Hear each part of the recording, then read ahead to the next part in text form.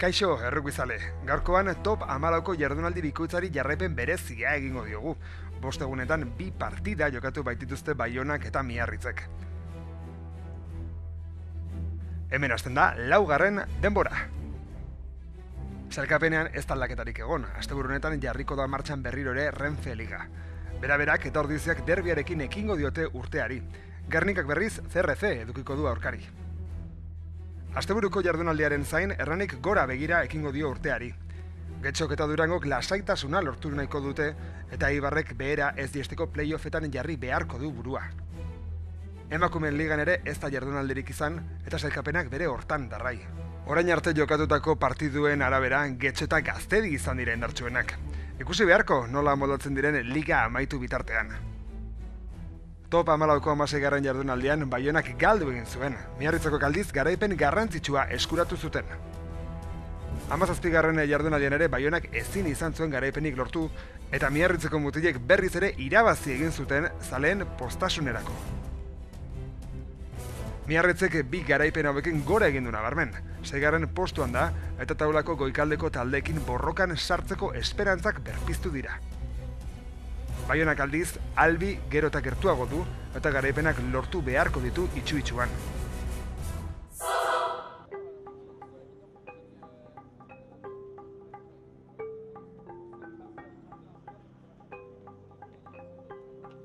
Baionak urteko azken partida jokatu zuen Jean Dogo estadioan. Aurrean, Pariseko Racing Metro talde indartsua. Zaleek etxeko taldearen egoera ikusita ezin hobeto erantzun zuten, eta ondorioz jendetza handia bildu zen estadioaren inguruan. Ene ustez eta zaila izan da, baina normalki Baionak irazi beharko du, normalki. Puntuak behar ditu.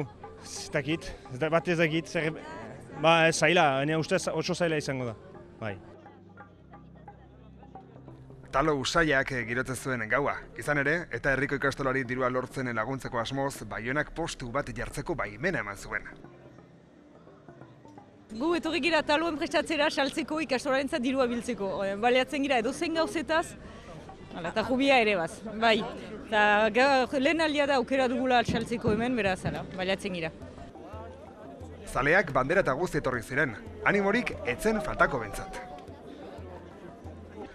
Biziki zaila izan zaie, ez baitute alako ekiparik, kalitateko ekipa dute, mehan ez olako partidu zailak jokatzeko prest, bururik guti dute.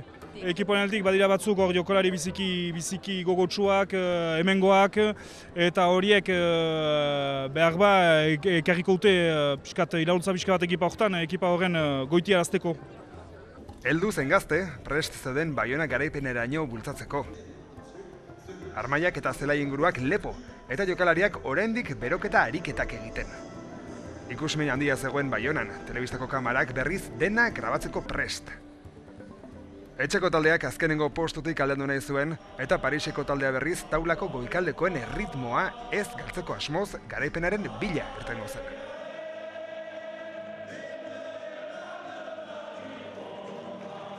Dena prest, beraz, ikuskizunaz gozatzeko. Urteko azken partida, Baiona Racing Metro. Joko hasi eta berehala etxeko taldea atzetik. Wisniewskik zigor kolpea gauzatu eta 3 puntuko aldea jarri zuen markagailuan. 12. minutuan ordea Garziak euskaldunentzat lehen 3 puntuak lortu zituen markagailua berrinduz. Baiona baloia bere zelaitik urrundu nahian zebilen. Baina zoritxarrez baloia paristarren eskuetara iritsi zen.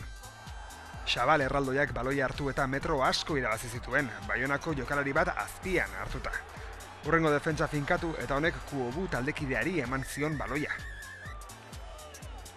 Xabalek defentsa apurtu eta azken jokalaria finkatuta Kuoburi ematen dio baloia, eta azken honek bere abantaila baliatuz alperrikako lan bihurtzen du Baionako jokalarien korrikaldia. 5 puntuko aldea bisitarientzat. Garziak bere ostikoen bitartez Baiona partidan mantendu zuen. Epaileak gainera Wisniewski 10 minuturako kaleratu zuen, euskaldunen esperantzak indartuz. Baionak baloia ostikoz jokatu eta Wisniewskik jarraipena oztopatu zuen bidea itxiz. Merezitako txarteloria. Racing Metro erasoan ari zen ordea. Jokalariak etxekoen 22 metroetan sartu ziren jokaldi bizi batekin.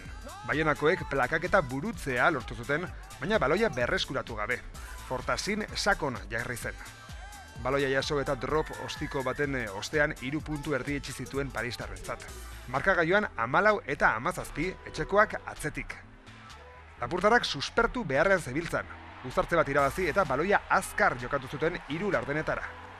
Defentsan zegoen zuloaz baliatuz, Lacroixek lehen lerroa apurtu zuen. Baloia peirezi pasa eta bisitariek ezin izan zuten Baionako jokalaria gelditu. Etxekoen lehen entxegua. Lacroixek ia belauniko pasazion baloia peirez taldekideari eta honek ez zuen abagunea alperrik galtzen utzi, entxeguraino zuzenean sartu baitzen. Agazein metrokoak erasoan hasi ziren, ostiko batekin Baionaren entxegu marrara asko gerturatzea lortu zuten. Etxekoak baloia aldentzen saiatu ziren, baina baloiak aurkari batean jo ondoren aske gelditu zen. Zorionez, Baionakoek aldentzea lortu zuten. Epaileak uzartze bat adierazi zuen paristarren alde, Baionako entxegutik 5 metrora. Lapurtarrek entxegua ekidin nahian uztartzea ondoratu eta zigor kolpe argia egin zuten. Azken minutua, Wisniewskik baloia kokatu eta hagen artetik pasarazi zuen. Baionakoak burumakur eta Parisekoak pozez txoratzen. En tout cas, elle ne s'est pas améliorée, puisqu'on a quand même une défaite supplémentaire. On voulait effectivement gagner ce match. Quelque part, on n'est pas loin. On n'est pas loin, mais voilà, il y a peut-être la différence toujours entre une équipe qui est vraiment en confiance, à qui beaucoup de choses réussissent, et puis une autre équipe qui essaye, parce que je crois qu'aujourd'hui, il n'y a pas grand-chose à reprocher aux joueurs. Je crois que les avants ont été relativement performants. Derrière, il y a eu des bonnes actions. Seulement, on n'a pas conclu à un certain moment où on aurait pu conclure. Je crois aussi que quelque part, on leur donne, comme on appelle, un essai à 0 passe. Voilà, donc quelques détails qui font que dans le détail, on n'a pas su suffisamment être précis et réagir pour remporter les 4 points. Maintenant, quelque part, il y a la chance de jouer dans 4 jours.